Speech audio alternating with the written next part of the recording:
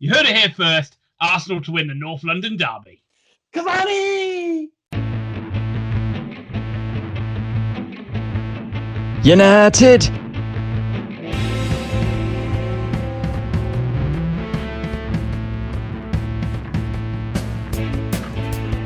Hello everybody and welcome back to Very Biased Opinions for another round of Premier League predictions. We're up to match day 11 now. As always, there are timestamps down in the description. You can use the chapters feature on the YouTube video itself, but as always, never ever use it. There are affiliate links down in the description for various things like Audible. Go and click on those though and it will get us a few extra needed pennies.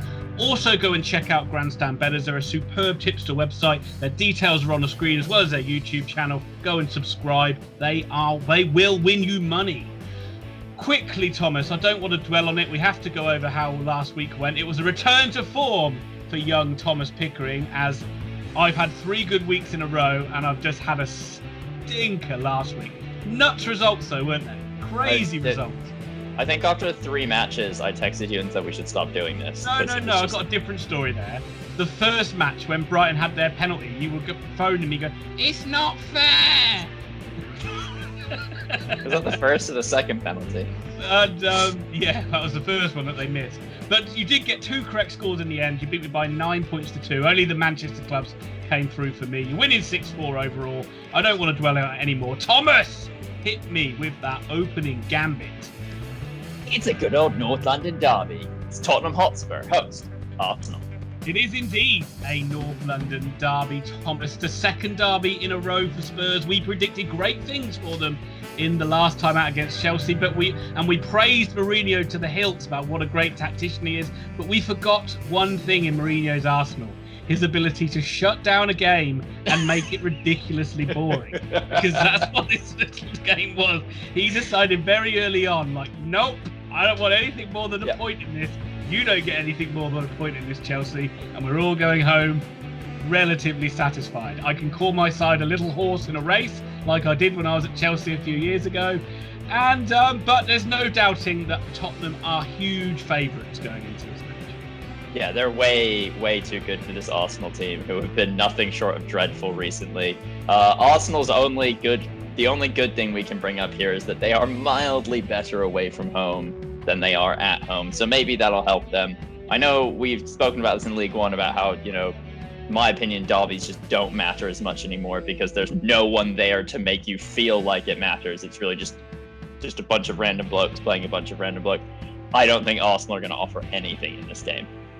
I think that in the Premier League, though, there's so much like hype and build up for every match that I know, there but is too much. Do you not think that the hype and build up is also with the people that surround the team, and those people that are normally surrounding the team, watching them train, watching them play, following the bus, and there's no one there. Oh yeah, and let me be the first person to say that he's most certainly not going to get this because his Arsenal side are going to lose 3-0.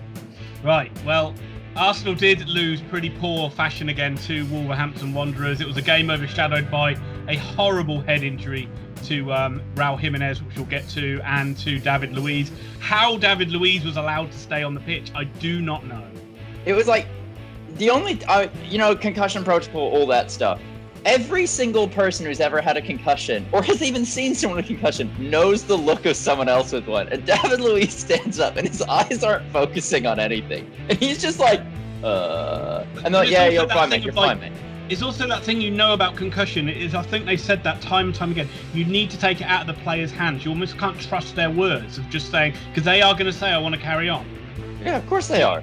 And it was ridiculous. But anyway, Arsenal, they're concussed. They look in really poor form. Aubameyang looks all out of sorts. It's hard to see them getting anything out of this. But, Thomas, there's a little gooner inside of me. That sounds really bad. There is me going back to my youth.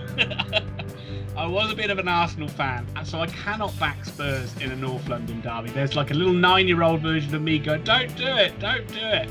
So, against my better judgment, and I'm putting my hands above my face. Tottenham 1, Arsenal 2. Just move on. I'll congratulate myself now quickly for winning this round. Aston Villa versus Newcastle. United. And yet again, we come up to one of our wonderfully schizophrenic teams, Aston Villa of the football club. They cannot decide what to do in a football match. They miss open goals. Trezeguet, I think, had a tap-in the last one. Ollie Watkins gets a penalty and misses it. He also is then offside by a matter of inches. And I don't know what Villa side we're going to have show up to this game. What do you think? Yeah, well, last season it was all Grealish carrying the side on his back, and in this game it was very much like, well, fuck it, if you guys aren't going to score, I'm just going to have to slap one in from the edge of the box because he scored an absolute screamer, and he looks like he's playing a different game to everybody else. The way he glides around a pitch. Villa got punished by 2 sloppy bits of play at the start of both half as well, but you talk about schizophrenic sides, what about Newcastle? How the hell did they actually win again?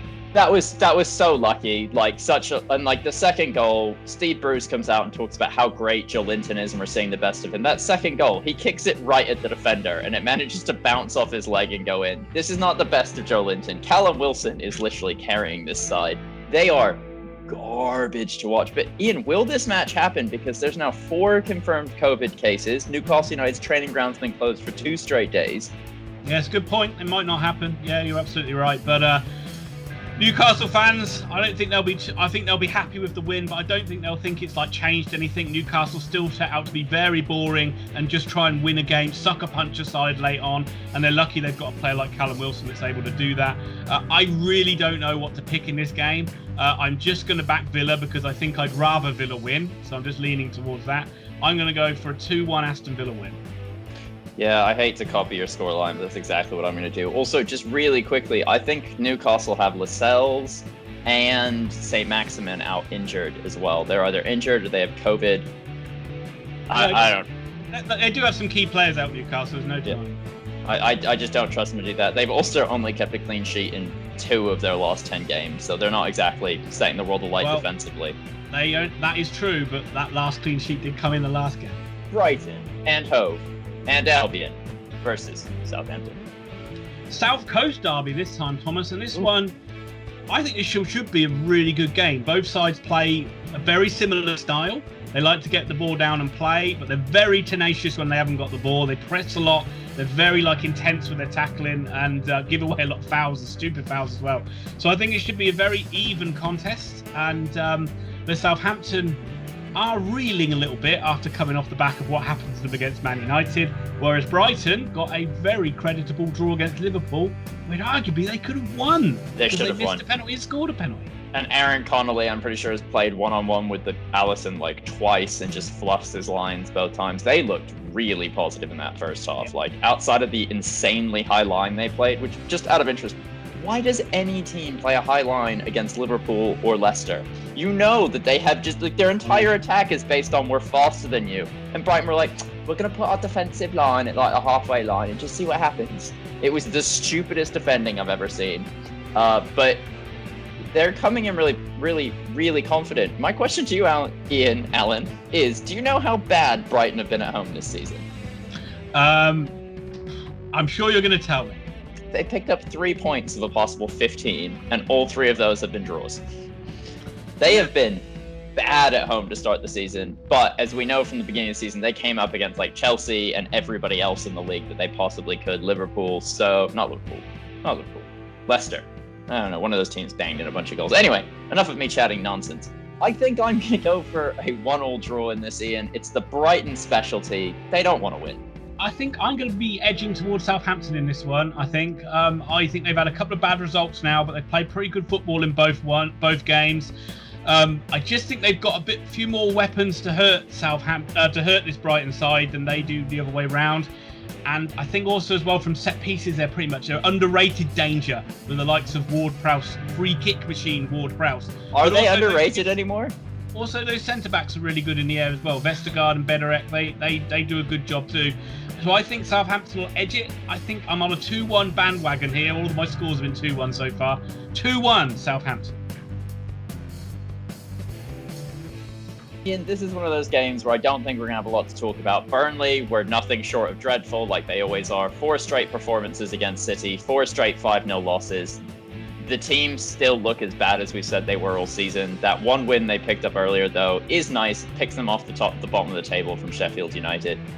But this Everton team cannot get back to consistently winning ways. They go out, they beat Fulham, but it is a nuts game. They win 3-2, and by the end of it, we've talked about this already, Scott Parker's done some really good substitutions, and they're coming back into it.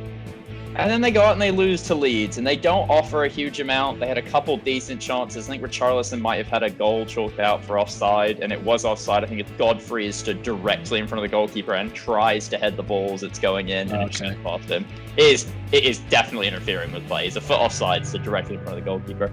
But Leeds were value for money. They probably should have scored more goals. They ripped Everton apart, and Everton were at home, and not necessarily this game, but in general, we're starting to see the old Everton come out here a little bit. You know, like Dominic Calvert-Lewin's been brilliant. James Rodriguez going forward, as we know, is brilliant. Richarlison offers them this great out ball, but they just don't seem that tight at the back. No. Yerry Mina is a liability. I'm not blaming Jordan Pickford. Jordan Pickford's had a perfectly good year. Like, he hasn't done anything wrong, but the back four is just kind of in pieces. I don't want to start debating Pickford because we'll be here all bloody day, but you can't say he's done nothing wrong this season when he's literally almost killed Van Dijk. Yeah, but that didn't lead to them conceding a goal. Oh, okay. Oh, fine. But you judge a goalkeeper on one thing, Ian Allen. It's how many goals he concedes and whether they're his fault. He hasn't made a mistake for about a week, so he's all right. Yeah, exactly. So he's had a great season. Anyway, I think Everton will win this. I just can't see Burnley doing much in this. 2-0 to Everton. Yeah, I'm going for a draw. I've got a soft spot for Burnley. We expected them to get absolutely battered by Man City, and they did. I just think that I think they're going to be hard to beat, and I think they'll frustrate Everton, and I think they'll come away with a 1-1 draw. To clarify, Ian, you said it would be 2-0 to Man City. Yeah, but we based that off the fact that it was City's lack of scoring that we thought would be the fact that they would be not Burnley's 48 shots on goal and only scored 2 goals. But but let's remember, Burnley's keeper even threw one in the back of the net. Tom, Nick Pope was not in goal. What is wrong with Mr. Pope? What is wrong with the Pope? Well, the Pope actually took a blow to the head in the previous match, and he's actually out under concussion protocol. He's not. They say it's not safe to return. I'm not sure if this is one of the ones where you have to wait 12 or 14 days after having a concussion to come back into competitive sport, or if this is he's having concussion symptoms. Obviously, they're not going to say anything. But yeah, it's a little bit worrying for Burnley that their star goalkeepers got a concussion. Especially because I thought concussion protocol was just check they're all right, bandage their head, and let them carry on. Surely concussion protocol is, mate, you good to play? Yeah, cool, let them play. This game's awesome. How long can I talk about it? It's Chelsea versus Leeds United. You could talk about it for 35 seconds, I'll allow you. But Chelsea, obviously we talked about their 0-0 draw. It was a boring game.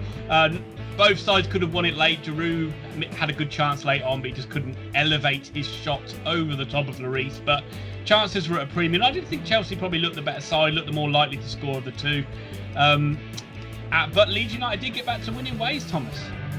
They did indeed. They won 1-0 off a quite good strike from Rafinha, who also played one of the best balls. And I think I might have already talked to you about this, but Patrick Bamford runs across the defense, and instead of asking for the ball to his feet for one-on-one with the goalkeeper, he's using his thumb and screaming behind me, so Rafinha will play the ball to Harrison running in behind him. It's a brilliant ball, and Harrison just misses the goal. But Leeds are at their classic best. They're open at the back, but they just fly forward. They had a ton of efforts on goal. They're really fun to watch. It's really hard to watch Leeds and not be happy at the end of the game, not be like, I got my money's worth today. Probably just surprising that they won 1-0. That's the only surprising thing. But yeah, Bielsa's, that shows Bielsa's quality as a coach, because all these Leeds players are really well drilled with like the way they attack. Like they're always making these little like creative runs in and behind and picking up. Like they're not like picking like the obvious balls and things like that. So they really are. Obviously, we say it every week. They're a great side to watch. But Chelsea are a great side to watch as well. I think Chelsea are going to be too strong for Leeds here, Tom. Yeah, I mean, a couple things about Chelsea. So since Mendy's come in, on the season, they have 5 clean sheets. And of those 5 clean sheets, all of them are Mendy. So their defense has radically improved with the introduction of this goalkeeper. You know, did Kepa go to Burnley? Because I'm convinced he was that guy that threw the ball in the net. I say, when you ain't got a keeper that's like throwing the ball in the net, it's amazing how good you can be. I thought Kepa was the Leverkusen goalkeeper that managed to slice the clearance into his own goal. Anyway, but Chelsea have been defensively incredible. But a really quick thing to note as well is that Leeds have now kept a clean sheet in 2 straight matches, of which they played Arsenal and Everton, both who generally score goals. So we know that when they need to, they can. With this Chelsea team, we know what I'm going to do. I'm going to get really hyped. I'm not going to state all the players who play for them. I'm just going to say Olivier Giroud, last-minute winning header. That's how these games get decided. You're going 1-0 Chelsea then, I take it? Nope. 3-2 Leeds United. Oh my God.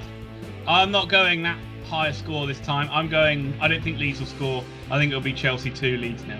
Champions Liverpool versus Wolverhampton Wanderers. So first things first, Raul Jimenez, fractured skull.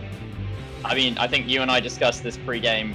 We don't think he's going to be back for a while. I don't know how magically a bone could heal in the next month or so, and especially because it's a head injury and there's clearly going to be a concussion and stuff from that. I don't think we see Raul Jimenez before the end of January, personally. Well, you never know, do you? I was just had in my mind, it could be end of the season. You never know, because you just can't rush these things. You can't really put a time frame on it. I think also we got to remember that as a striker, when he does, I know we're not talking about this game necessarily, but when he comes back, his job is to constantly throw himself in front of defenders, and there's no way with a cracked skull wearing that cap, he's going to come back and right away go back to being just brave as hell. It's going to be tough to come back. We saw it with Petr Cech when he first came back, Carlo Cucini. It is really tough to throw yourself in harm's way, having been crushed. I think as an outfield player wearing the sort of the hat is more of an hindrance, isn't it, than a keeper? Yeah, I think so. But it is a big factor to talk about in this game because Jimenez is a massive player for Wolves who's going to be missing. So it's going to be interesting to see how they get on against Liverpool. In the last 2 games, Nuno's changed it for the first time ever, and everyone's gone crazy. The fact he's changed from a back 5 to a back 4, but they've got 2 positive results out of it. They beat Arsenal, and they got a draw coming from behind against Aston Villa. I know you want to quickly talk about Prudence's goal, so I'll let you get that. Oh, it's so sick.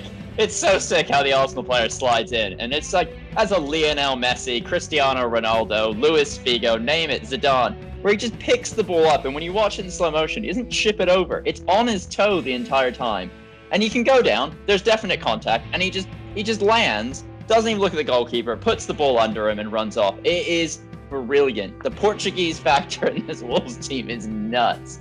Yeah.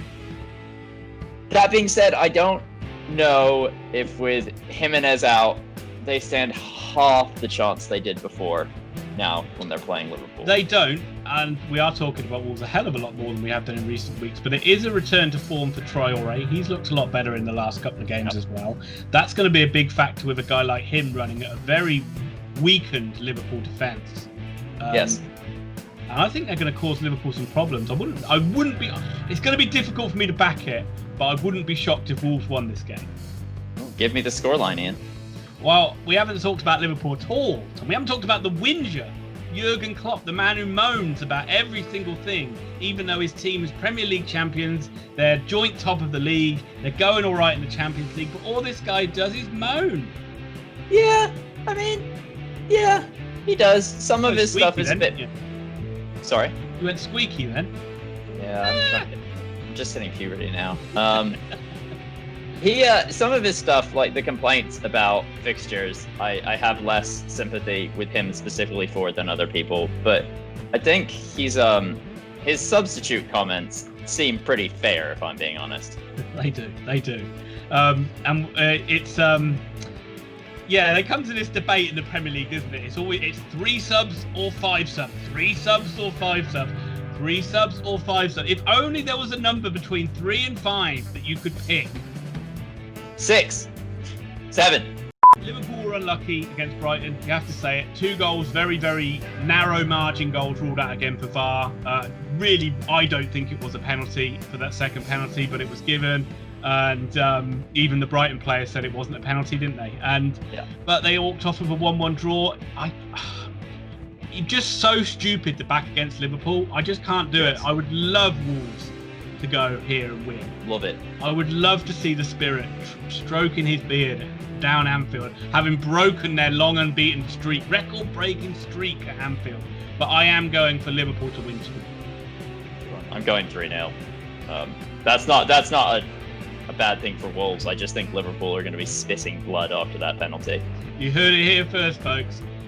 Wolves lose 3-0. Thomas Pickering. That's not a bad thing for Wolves. Sheffield United versus Leicester City. Sheffield United, Thomas, they let us down big style. Big style. That's it. They get nothing from us for the rest of this. Sheffield, you're garbage, and until you win at least 3 games, I'm not backing you. We're done with you. Move on to the other team, Ian. That's Sheffield United he's talking about. Yes, Wednesday, we love you. Anything to say for Leicester? Well, you know, they lost themselves, didn't they? Surprise defeat to Fulham. Got kind of sucker punched really, and then just couldn't get back into the game until really late. Very surprise result, but I think that Brendan Rodgers will be hoping that doesn't become like a regular thing, and hoping that, because Sheffield United at the end of the day, they're a horrible side to play against. They ain't going to make it easy. They should have scored a hatful of goals against West Brom. But they just cannot stick that ball in the back of the net. But you just hope that that's going to continue when you play them, and they don't have the day against you where they finally do get some goals. But I think ultimately you think Leicester will be too strong for them, don't you? I think Leicester will win. I think it'll be 2-0 Leicester. Really hate this, right? Firstly, I have to copy your scoreline, but let's really quickly look at this. Leicester won the first 3 games this season, then lost 2 randomly to Villa and West Ham. No one saw that coming. They won their next 3 against Arsenal, Leeds, and Wolves, all really good results. They've then gone out and lost to Liverpool 3-0 and lost to Fulham 2-1. Clearly, they're about to start a 3-match unbeaten run again to go 3-2 constantly throughout the season. I've also got 2-0 because, let's be honest, have Sheffield United even scored a goal this season? Yeah, not many. He's too busy arguing about subs to worry about goals. What was the Jurgen Klopp comment? 3 subs, 1 point. Chris Wilder's comment was quite good coming back though. What was his comment? He was just literally just like, yeah, it's very nice of Jurgen Klopp to remind us of that. Thanks, Jurgen. Appreciate it. This is going to be a really fun. Sorry? God bless you, Wilder, you stubborn old thing. Coot. Okay, everybody, it's time for our Grandstand Bettors Play of the Week. It is Manchester City versus Fulham. Yes, Thomas, it is our Grandstand Bettors Play of the Week. We are hanging on by a thread with Grandstand Bettors. They email us every week for their picks, and every week lately we're letting them down time after time. Matt is furious with us, but he's given us one final chance, and we are looking to a resurgent Pep Guardiola's Manchester City to hammer this Fulham side. Yes, we are going for Manchester City handicap -2 on goals against this Fulham side, which, let's be fair, you could see them racking up quite a few in this match despite Fulham winning the last game. But if you haven't been over to Grandstand Bettors yet, what are you doing? Their details are on the screen, their website's on the screen, their YouTube channel's on the screen. Every Friday or multiple times through the week, Matt puts a YouTube video out giving his picks. This pick will be on their Friday video. Just go over and subscribe. Their YouTube channel's blowing up because basically they give you loads of great tips, win you tons of money. Get on that bandwagon, folks. Yes, Thomas. Yeah. Ian forgot the qualifier that if the -2 handicap in any way changes to -3 before these bets come out, that you should just bet on over 3.5 goals in the game. So, not much to say. City absolutely whacked Burnley for 5. Should have been 6, really. But do you think there's any chance for Fulham in this one, Tom? They did get a win in the last game and put their penalty blues behind them. In a word, Ian, not a fucking chance. I see nothing coming out of this Fulham side against City. I think Sergio Aguero might finally come back in this game, even if it's only as a sub. But City, where they have been good, is at home. That's where they played their best football. They're going to win this handily. It's going to be 4-0. Yeah, and also when you see Man City play Burnley, you feel like it is going to be Burnley will just sit in and not really attack. I feel Fulham will feel they can attack, and they'll get picked off even worse in that regard. But honestly, well done to Scott Parker, well done to Lookman, well done to guy's name, I forget. Who's Cavallero. Thank you, Thomas. I'm just glad they got those sort of stats off their back and everything like that, and nobody talking about missing penalties anymore. I think Scott Parker deserves a lot of credit for not lambasting Lookman over his missed penalty, because he's actually been pretty good the last couple games, and you could have seen his head dropping if Scott Parker had come out after that match and just ripped him to a new one. But Scott Parker was like, we're learning, we're moving on from this, he's a young player, and he's looked really good since then. Yeah, and the confidence and the belief will grow a lot from that Leicester result, and the confidence and belief that Scott Parker can do the job as well, because there were stupid question marks about him. You talked about Martin Keown, bloody character assassinating him in the first game of that first half of that Everton match. But maybe just keep that confidence in a bottle and unleash it in the next game, because you ain't going to get anything in this one. It'll be 5-0 Man City. So we're right back to thinking Man City win the league. Good. Come on. They're playing Burnley and Fulham. Oh my God, Thomas, watch out! The Eagles are coming! Because it's West Bromwich Albion versus Crystal Palace.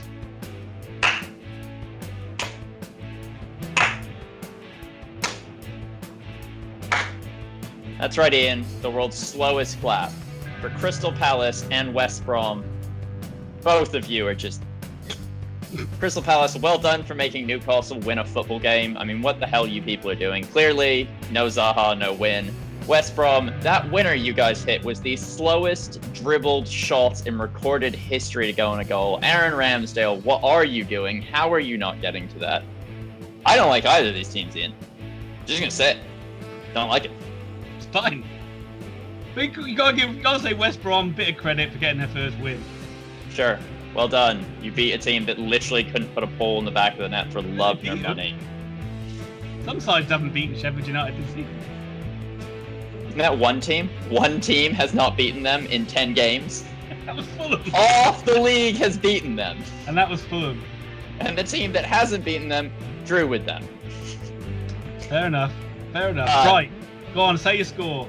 Right, really quickly, I don't think Zaha's playing. They're talking about not risking him because of how important he is to the clubs. They don't want him to have a long-term injury that really keeps him out for a while. West Brom, Slaven Bilic is your ace in the hole. We already knew that. He's a good manager. The team just lacks any real quality. 0-0. You know what? Thomas. Every week, it is getting to conspiracy theory levels. He is fucking trolling us. Roy Hodgson is trolling us. But maybe he's specifically trolling me. Whatever I pick, he goes against it. If this goes against me, I am going to get a tinfoil hat and put it on for the next time I talk about Crystal Palace. It is absolutely madness the way I can never get one of their scores right. I'm backing you once again, Palace. Please. 1-0 win to Crystal Palace. So you're backing Palace to have only their second clean sheet of the year, because this team is literally as porous as they come defensively. It's West Brom. You're backing them to get a clean sheet as well. I'm backing both teams to be garbage. You're still backing them to get a clean sheet. Shut up, Ian! Don't use my words against me, God! Ugh. 9 games out of the way, 9 meaningless games out of the way. We come to the final match. We come to a side unbeaten at home against a side who's won every game away. Something's got to give. It's time for the main event. West Hammersmith United versus Manchester United. Without a doubt, Thomas, if you are not a Manchester United fan, they are the most entertaining side to watch in the Premier League. You never know what you're going to get for them. A fantastic comeback led by a striker who knew he was one of the best strikers in the world. But you don't want to hear me talk about it. You want to listen to resident expert and Manchester United fan, Thomas Pickering. Yeah, so that Man United game against Southampton was absolutely bonkers. At 2-0, I texted you going, thank God I didn't turn this match on because it would have killed me on the inside. I then watched the second half and was very, very, very happy. But I think it's now really clear that when you sign a world-class striker who has like the record goals for a European powerhouse and is still under the age of 40, you should probably play him because he is a total different level. It's either the second or the third goal of the match. He runs past 4 stationary Man United players to head the ball in. And you just see Van de Beek start celebrating. You're like, mate, why aren't you running in there? Do you know why? Because Cavani's world class. He's looked good in every game he's played. He drives into the near post and the far post constantly. If you play him in the ball, he does not run into the channel with it. He plays it back out to you and runs into the middle of the pitch, tries to get in the 6-yard box and score. And that is something Man United are sorely missing.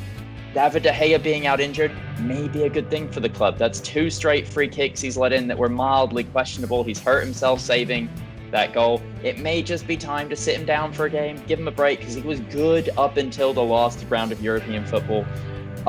Other questions being asked is, where's Paul Pogba? We never know where he is. I'm told he may be on vacation. Donny van de Beek is all of a sudden playing, and it turns out that when you sign somebody who's good at football and let them play, they look good.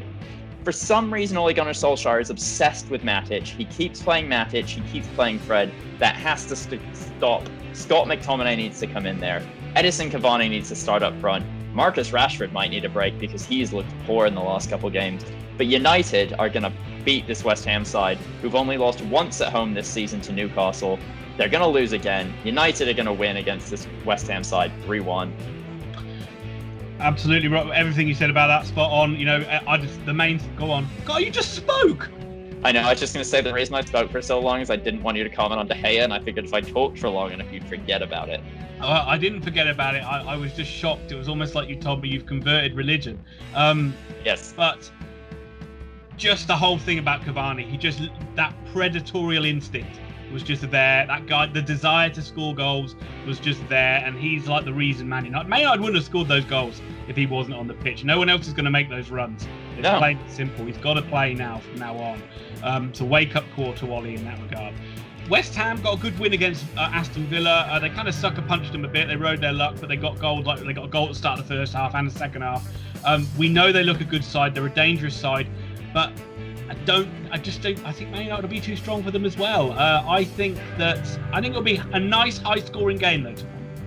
Yeah. West Ham 2, Man United 4. Excellent. I will just say that Jared Bowen, who we've spoken about for the last 2 years, looked really good in that game. He got a goal and an assist. I think Antonio's back as well. Yep. And this West Ham side finally looked like a David Moyes team to me. Solid. They look really solid, aren't they now? They're very, very like organised and solid, and they got weapons to hurt teams. Yeah, they'll have their season where they're like challenging up for Europe, and so all the West Ham fans will be like, "See, we are a big club, and then next year something bad will happen, and they'll be fighting relegation again." One good season in about 3. Yeah. West Ham, and then they'll almost get relegated next year. It will. Something will happen. They'll spend a shitload of money, and they'll bring in loads of players. It won't work. Boys will get sacked. They'll do it the way they always do it. They'll be like, we're going to invest £150 million, and then they're going to buy a series of 15 to 20 million pound players, and be like, we don't know why none of them worked out. We bought them all. We spent the money, and you're like, but none of them were good to start with. It's the West Ham way, my friend.